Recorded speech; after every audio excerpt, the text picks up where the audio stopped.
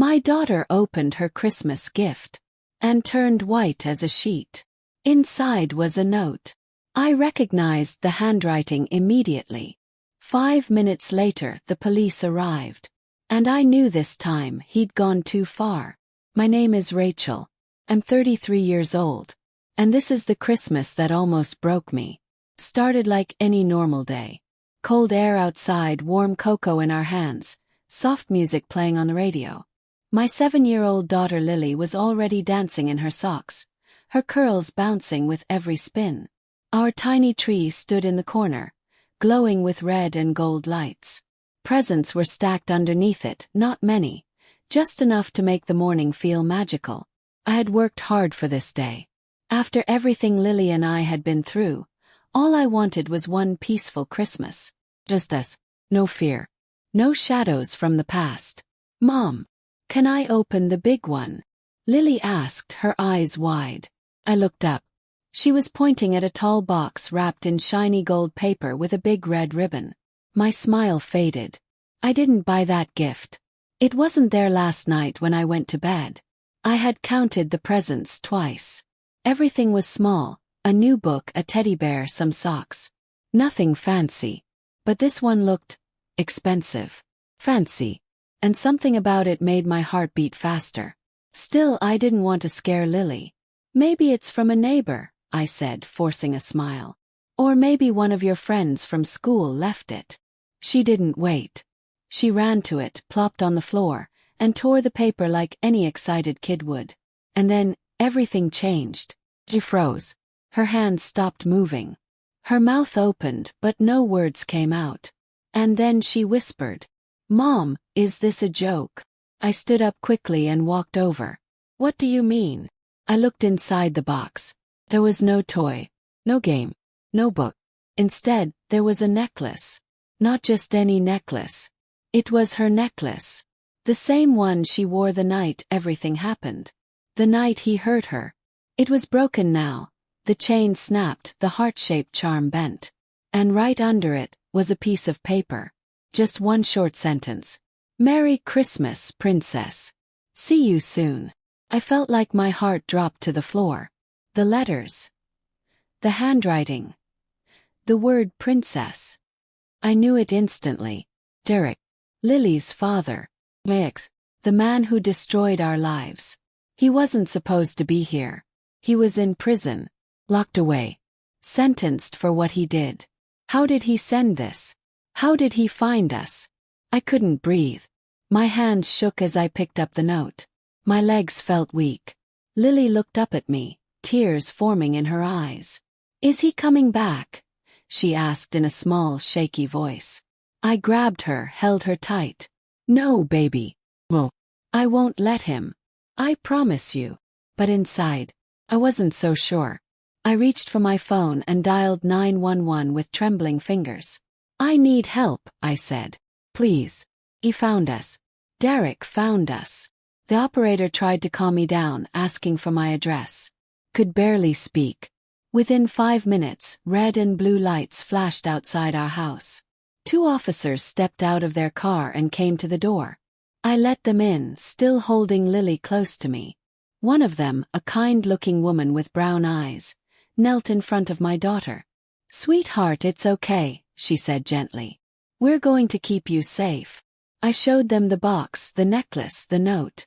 And then the male officer said something that made me feel like the room was spinning.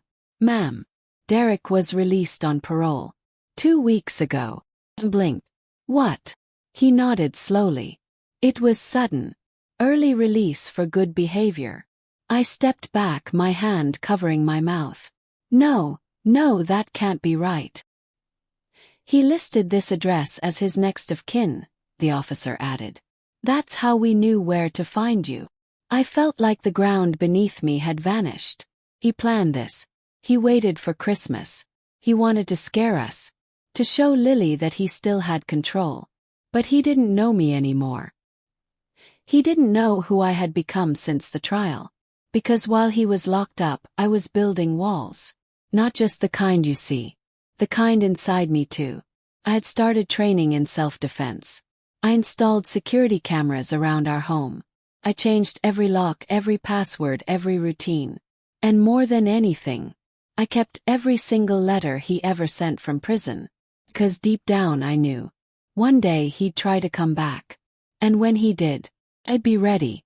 The officers took the note and the necklace. I showed them my camera system and we played back the footage.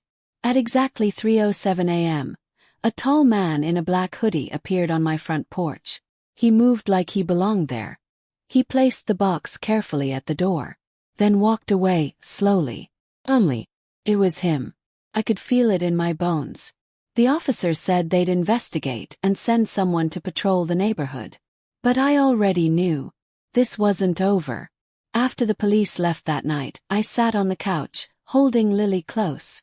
She had fallen asleep in my arms, her small fingers gripping my shirt tightly, like she was scared I'd vanish if she let go. I didn't sleep. Couldn't. My heart was racing. My mind kept going back to that note. "Merry Christmas, Princess. See you soon." I hated that name now. He used to call her that. Back when I thought he was a good man. Back before everything changed. Let me take you back. Back to when Lily was just 5. Derek and I were still together.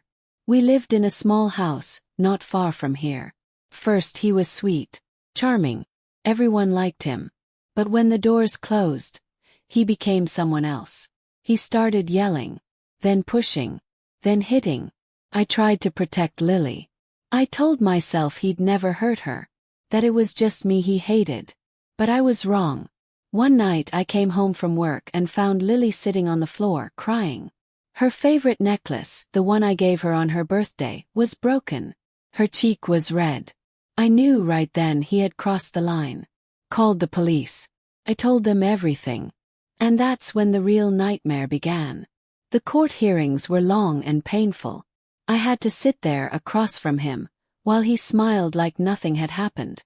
He told lies. He said I was crazy, that I made it all up. But I had proof. Photos. Doctors' reports. Lily's words. She was so brave. So small but so strong. In the end, the judge gave him 7 years. Not nearly enough. But it was something. The day they took him away in handcuffs, I thought it was over. I thought Lily and I were finally free. But I didn't know that monsters don't stay locked away forever. After the trial, I changed everything. I moved to a new neighborhood where nobody knew us. I dyed my hair. Got a new job working from home. Lily started a new school. I put bars on the windows. Got cameras installed. I even took self-defense classes every Saturday. I didn't want to be scared anymore. But I still felt it. That cold feeling at the back of my neck, like someone was watching us. Like he was still out there waiting. So I saved everything. Every letter Derek sent from prison. They came once a month. First I threw them away. But then I started reading them. Not because I missed him. But because I wanted to understand him. To see how he thought. And over time I realized something. He was never sorry. He blamed me. Said I ruined his life. That one day we'd pay for what we did. He wrote things like, "Prison changes people. You made me into this. One day you'll open your door. And I'll be standing there." I kept every one of those letters, locked in a drawer with a copy of the court papers. People said I should move on. But I knew better. He was coming back. That's why, when I saw the footage of the man in the hoodie, I didn't just feel fear. Felt anger. I had warned them. I told the parole board he wasn't ready. That he was dangerous. But no one listened. And now, he was walking free. Walking close to my daughter. I called the police again the next morning. Asked for updates. They said they were trying to locate him. "He's still listed in the system," the officer said. "We're working on a pickup order for violating parole." But working on it wasn't good enough for me. What if he came back tonight? What if the note was just the beginning? That night, I waited until Lily was asleep. I poured myself a cup of tea I couldn't drink and pulled out the letters. I spread them out on the table. Dozens of them. All written in the same messy handwriting. Each one full of threats and promises and twisted little games. But this time, I looked closer. Not just at the words. The dates, the phrases, the little clues. Some letters talked about Christmas miracles. One said, "They say Christmas is for family. I guess we'll all be together again soon." Another said, "Every gift tells a story. I've been working on mine." He had been planning this for months. That box wasn't just a gift. It was a message. I checked the cameras again. I zoomed in on the man in the hoodie. He didn't look up, but I could see his shoes. Big, heavy boots with a rip on the side. I remembered those boots. He wore them the day we left court. He was watching us, planning, waiting. And now, he had finally made his move. But what he didn't know was, when I went to bed that night, I didn't feel helpless anymore. I had a plan. He wanted to scare us. But I wasn't that scared woman anymore. I was Lily's mother. And I was going to protect her, no matter what. Even if it meant going face to face with a monster from our past. I didn't sleep again. I sat up in bed, the letters still spread across the table, a pen in my hand, and a new plan growing in my mind. He wanted to scare me. He wanted to make me feel small again. But this time, I wasn't going to run. This time, I'd be the one waiting for him. The next morning, I called the officer who had come the night before. Her name was Officer Green. I liked her, she was calm, and her eyes looked like she'd seen women like me before. Women who weren't just victims but fighters. "I want to help catch him," I told her. "Not just hide." First she hesitated. "Rachel, we don't want you in danger." But I didn't back down. "He thinks he's smarter than everyone. He thinks I'll just cry and hide. I want him to believe that. I want to give him what he's waiting for." Officer Green stayed quiet for a moment. Then she said, "All right. Tell me your plan." Step 1, I wrote a note. It looked exactly like one of the letters Derek used to send me. I copied his tone, his language, his creepy way of speaking. But this time it was a reply. From me. I wrote, "Derek, got your gift. I should have known you'd find us. I'm scared. I can't sleep. Lily keeps asking questions. I don't know what to do. Please don't hurt us. Let's talk. Just once. You win." I knew what that would do to him. He craved power, attention, fear. I was giving it to him, just enough to pull him in. Step 2. I left the letter inside a small red box. I wrapped it with shiny silver paper and left it outside our front door the next night, just like he had done. Then I turned on the cameras. Officer Green and 2 other officers were already watching from a car parked down the street, disguised as construction workers fixing something nearby. Lily was safe. I had taken her to my sister's house 2 towns away. She thought we were going on a surprise trip, and I told her Santa needed extra help wrapping toys this year. She smiled when she left. But I didn't, because I knew what I was about to do. Could be dangerous. But it had to be done.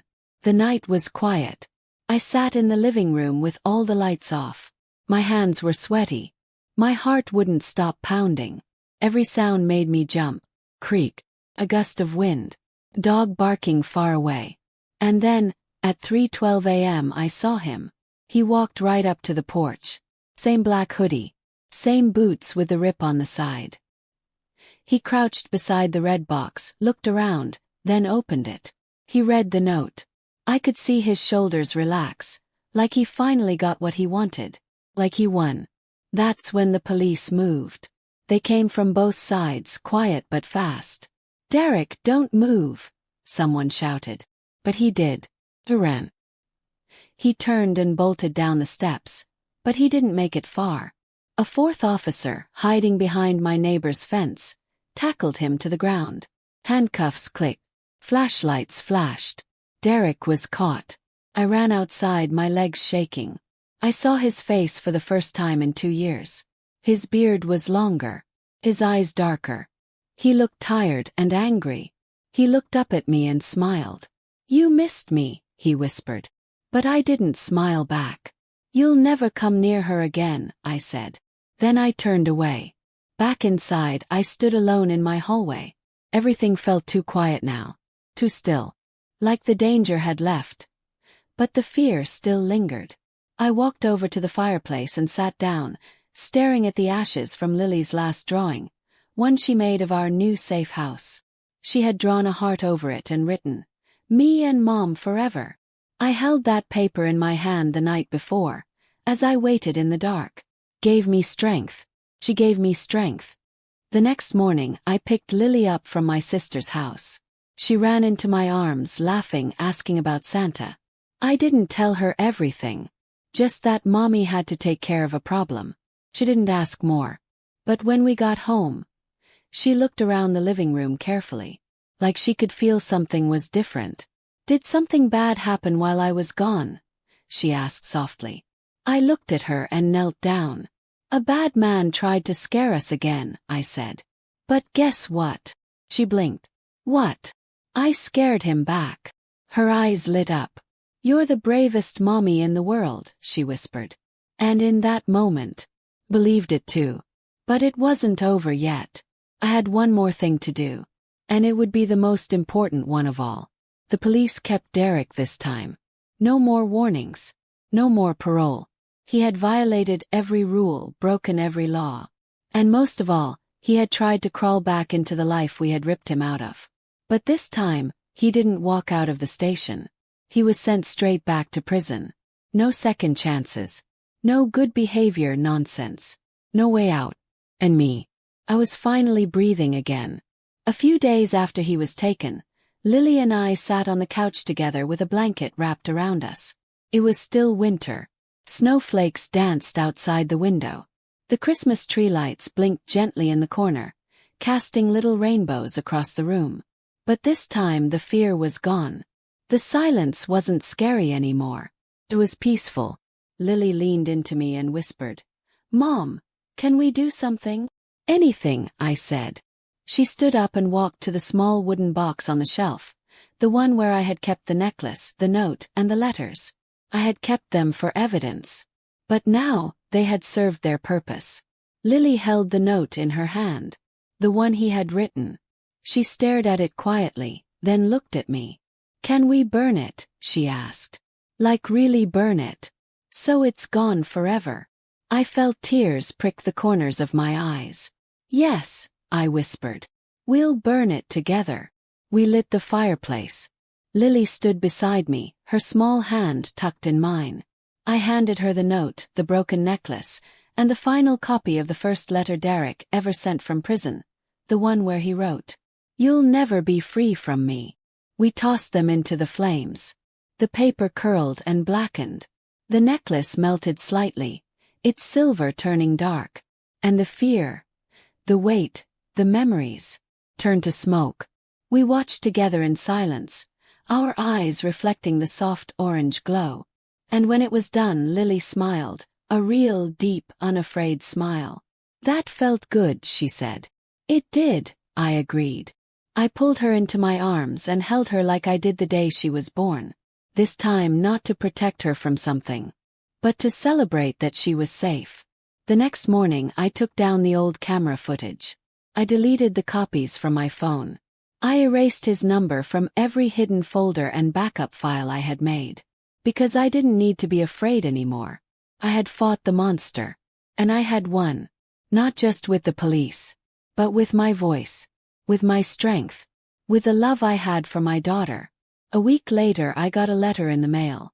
But this one wasn't from Derek. It was from Officer Green. Inside there was a simple note. "You were right to prepare. You saved your daughter. And yourself. I hope this Christmas you finally get peace. You've earned it." And under that was a printed document. A restraining order. Permanent. Unbreakable. Signed by a judge. Even if he somehow got out years from now, he wouldn't come near us again. And if he tried, I'd be ready. Christmas came and went. Lily opened her real gifts. A pink dress, a new art set, and a box of glittery stickers shaped like stars. She laughed and danced and sang all day. She even drew a new picture.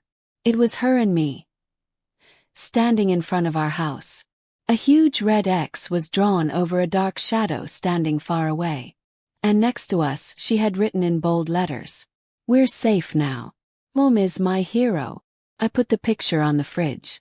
And every time I walk past it, I remember what we survived, what we fought, what we buried. You know, people always talk about gifts at Christmas. The shiny wrapping, toys, the gadgets. But not every gift comes in a box. Sometimes the real gift is knowing you stood up for yourself. That you protected the one you love. That you didn't let fear win. And that you became something stronger than you were before. This year we didn't just unwrap presents. We unwrapped the truth. We faced the past. And we sent a monster back where he belonged. Forever. Let me know what you think about this story.